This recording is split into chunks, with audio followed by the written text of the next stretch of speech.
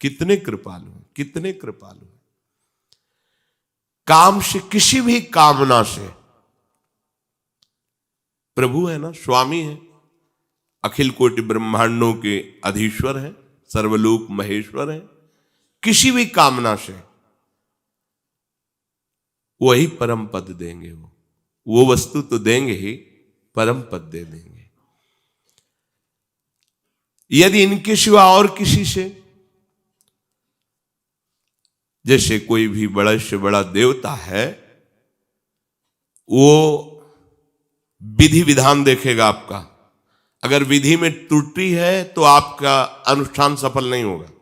सांगोपांग अनुष्ठान होना चाहिए और उसी के अनुसार आपको फल देगा। आप जहर मांगो तो जहर दे देगा, जो मांगो वो आपकी जितना तपस्या है, जितना साधन है, उसमें अगर त्रुटि है तो नहीं मिलेगा। सांगोपांग अनुष्ठान हो, फिर जो चाहोगे दे देगा।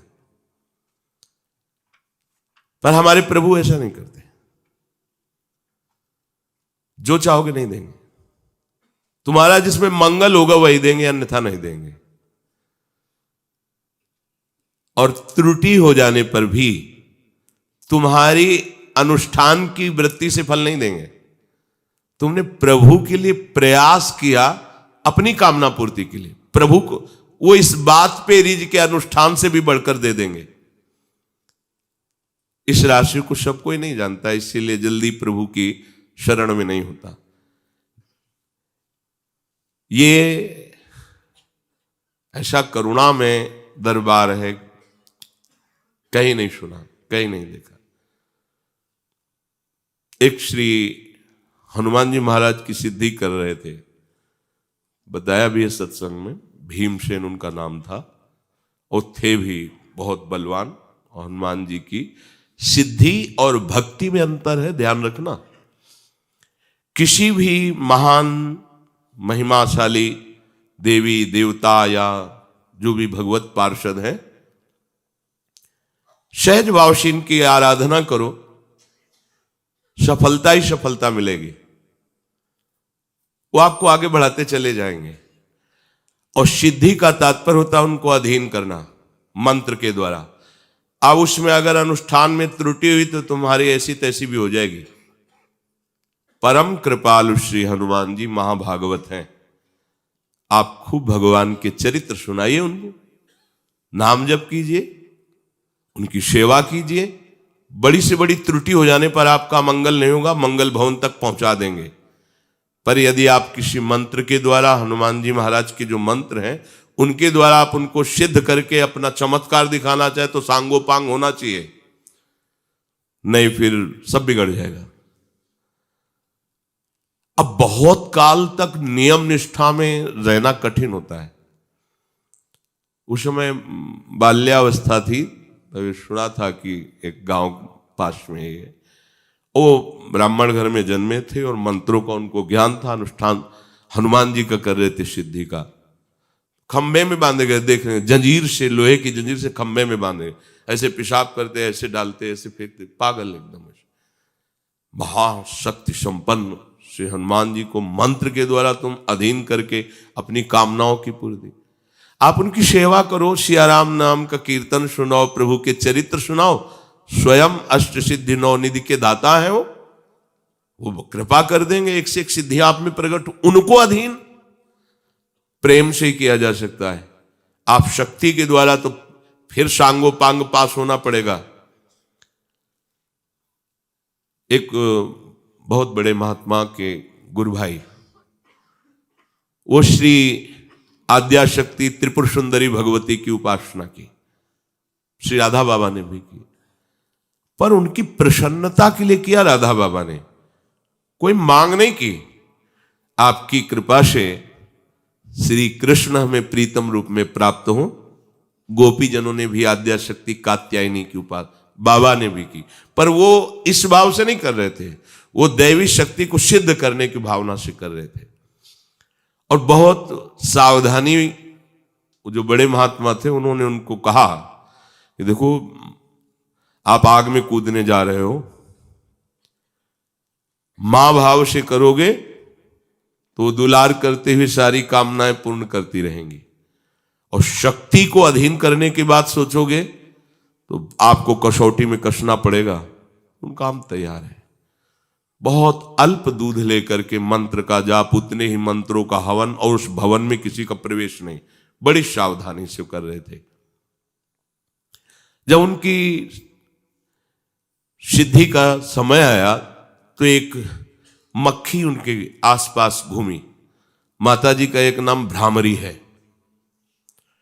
इतनी भनभनाट पैदा हुई कि दिमाग कहना कंट्रोल के बाहर हो गया, क्योंकि दैवी शक्ति थी।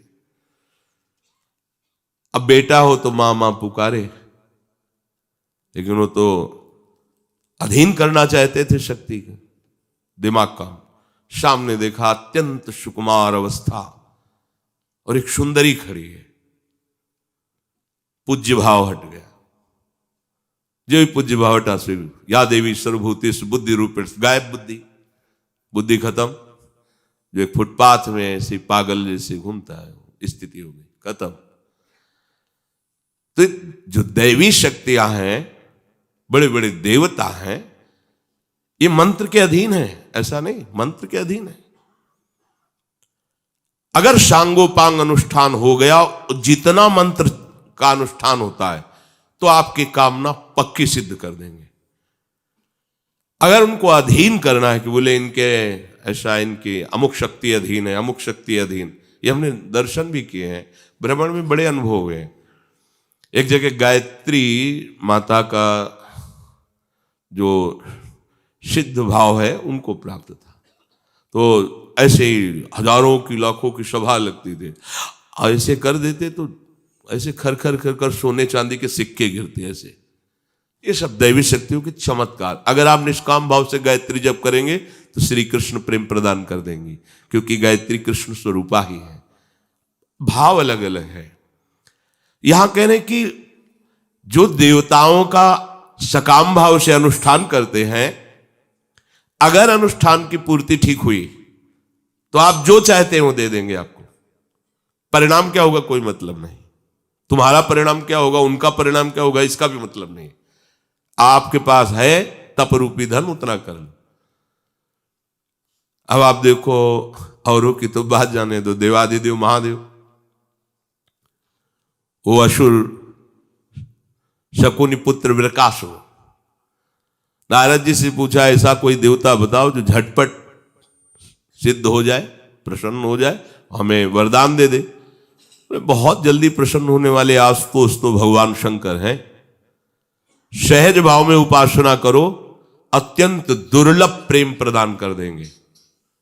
नरसिंह मेहता जी, पूज्य राधा बाबा, बड़े बड़े महापुरुषों को भगवान शिव ने प्रिया प्रीतम का प्रेम प्रदान किया है। मंत्र के द्वारा जो चाह करोगे वो आशुतोष है। और ढरदानी से लेकर विचार नहीं करते जा।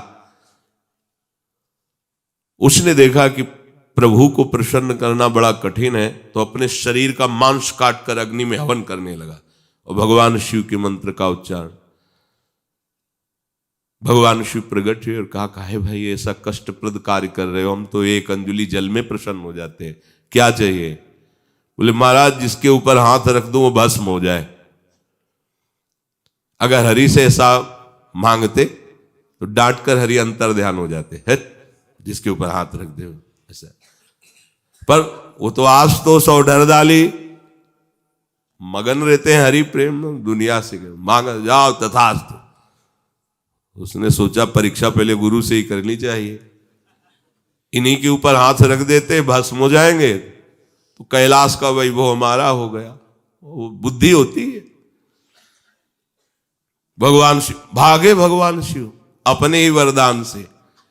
अब वो भगवान शिव के जब देखा कि अब उसको आसुरी शक्ति से वो भी संपन्न था, भगवान जैसे भागते वैसे ही वो पीछे भागता। उन्होंने सोचा बचा सकते हैं तो इस संकट से, भगवान शंकर इस संकट से अगर बचा सकते हैं तो श्री हरि बचा सकते हैं। अंदर से चिंतन किया, हरि संभालो आके। तो बस बीच में ही प्रकट हो गए। प्रणाम प्रकाशु जी। हमें कौन प्रणाम को, प्रभावशाली भगवान के वचन, इनके पीछे भग रहे हो? हाँ हाँ, क्यों? इन्होंने वरदान दिया है कि जिस पर हाथ रख दोगे भस्म हो जाएंगे, तो हम इन्हीं को। अरे बोले तुम्हें विश्वास है? दक्ष ने इनको साप दिया था। इनकी अब बात सत्य नहीं होती। सुनो, हम भी तुम्हारे साथी हैं, तुम अपने ऊपर हाथ रख करके देखो ना, अगर झूठ निकले तो अभी दोनों मिल करके, हाँ ठीक, ये नहीं सोचा कि अगर सत्य हुआ तो, वो भगवान की बात में फंस गया, उसने हाथ रखा, राख का ढेर हो गया। महादेव जी ने लौट कर देखा, अब महाराज बचा लिया। ले तो कहां कहां भागते हो, सब हंसते कि देखो शिव को खेदे हुए। शिव को बोले प्रभु कुछ विचार भी तो कर लिया करो, आप ऐसे ही वरदान दे दिए कि आपको खुद भगाए डोल रहा है? विचार करके वरदान दीजिए, नहीं तो ये आसुर भाव के जन हैं, ये सब साधु जनों को, दैवी संपदावान को, जब आपको ही वरदान दाता को ही भस्म करने की सोच रहा है, प्रभु अगर जिंदा रहता तो क्या न करता। तो उन्होंने कहा प्रभु हम इसलिए अलमस्त रहते कि आप हो ना, आप संभाल लोगे, सब संभाल लोगे। तो जो देवता जन है वो ये नहीं देखते कि इसमें जगत मंगल होगा कि नहीं, आपका अनुष्ठान सही है, आप जो मांगेंगे वो दे देंगे। पर हमारे हरि ऐसा, प्रभु ऐसा नहीं करते।